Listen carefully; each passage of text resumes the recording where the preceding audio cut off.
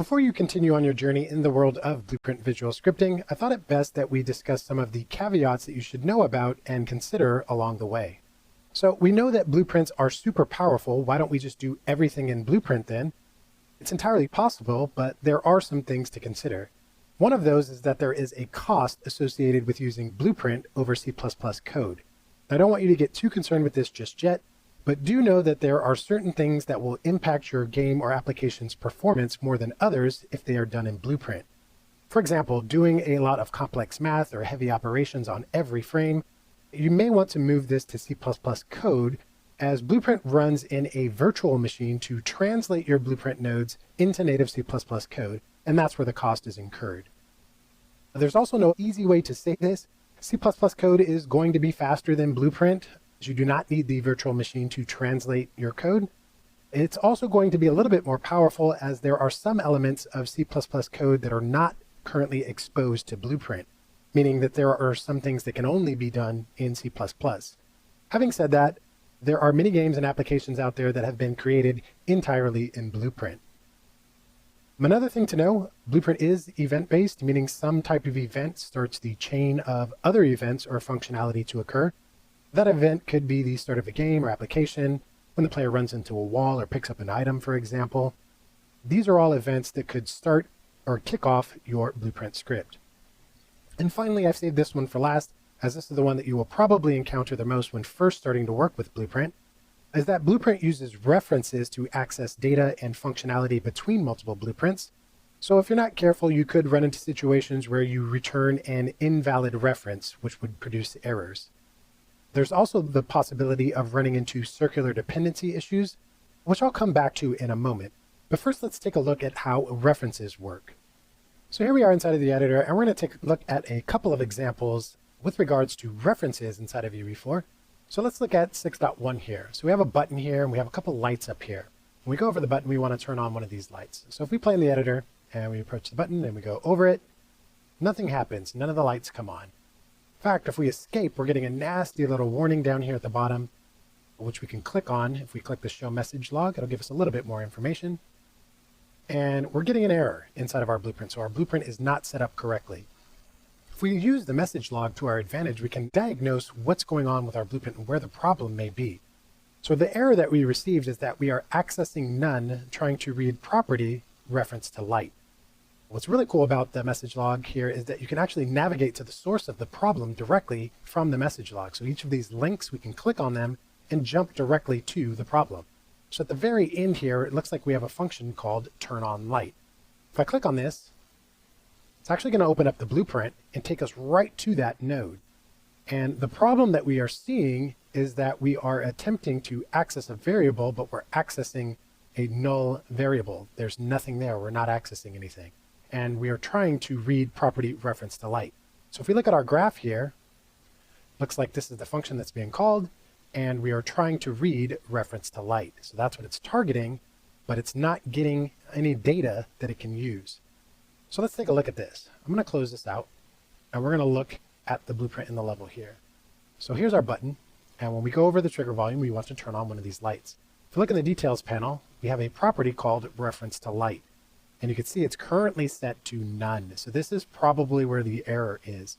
We need a reference to which light we want to turn on. Even if we had one light and we want to turn on just one light, we still need a reference to the light that we want to turn on. So this is our problem. Now we could click the drop down and select from the list all the available lights. You can also use the eyedropper here to kind of pick one of the lights from the scene. So I'm going to go ahead and pick this one here. Now that we've assigned that reference, we know that when we enter the trigger volume, we want to turn on this particular light. So I play now and I walk over to the button, I turn it on, the light comes on, and it fixes the error that we had. Conversely, we could choose the other light if we wanted to as well, just like so, and it would turn on the other light. So that is references for this first stand. We're going to look at 6.2 here and talk about casting, because this is something else that you might run into when working with blueprints. Now, suppose we had something else in our scene that was a physics object. And suppose we move this over on top of the button, something like this. And if we played, the ball turns on the light. The physics object actually hits the button and turns on the light. Now, suppose we don't want that. Suppose we only want the player to actually go over the button to turn on the light. This is where we could use what we call casting. So I'm going to move that back over here for a second. And I set this blueprint up just a little bit differently. If we open this up and we right click on it and open the blueprint, what we're going to have in here is a little bit different script than the other one. As soon as we overlap the collision volume, we're now running a check to see what is it that overlapped the button.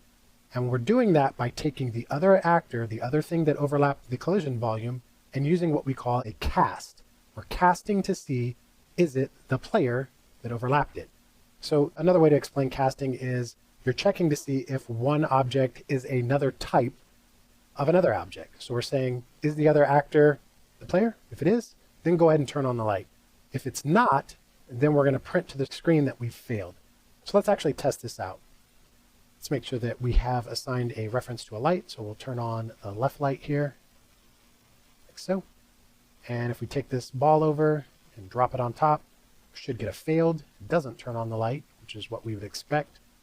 However, if we move the ball out of the way and we play and we go over the light, or the button should turn on the light, as we'd expect, because it casted to and checked, is it the player that overlapped the button?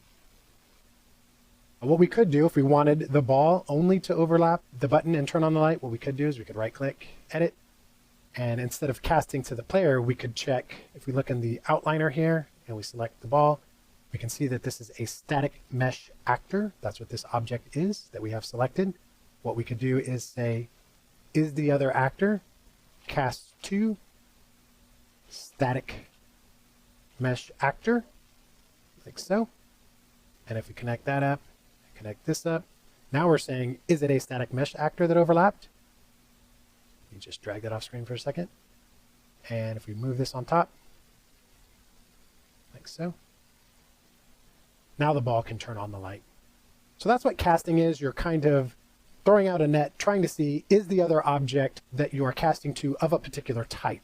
And that's what we've done here to see if we want the player or another object to turn on this button. Another issue that you might run into is what we call circular dependencies. And these occur when you have two or more blueprints that depend upon one another. For example, we have two blueprints here on this slide deck here. They're not the fanciest blueprints, but we have blueprint A and blueprint B. So say, for example, blueprint A casts to blueprint B to access a variable stored inside of it. Blueprint B then casts back to blueprint A to maybe call a function or access a variable inside of it. When you load blueprint A, it begins to load all of the dependencies that it has. Since it depends on blueprint B, it also begins to load. As blueprint B loads, it then depends on blueprint A. So again, it loads blueprint A. So this vicious cycle continues. And because both blueprints depend on each other, this may significantly increase load times, or it may fail to load entirely, resulting in errors. Again, these things are things to consider, things to keep in mind when working with Blueprint, and Blueprint does a pretty good job of warning you when invalid references or circular dependencies are detected. Don't be alarmed, however, if you run into any of the caveats we've mentioned. Practice makes perfect with Blueprint. The more you use it, the more you'll be accustomed to the nuances of the system and feel more comfortable in your scripting ability. That will do it for this video. You should now have a high-level understanding of some of the things to watch out for when working with Blueprint. As with anything, do expect a little trial and error to start, and that's perfect.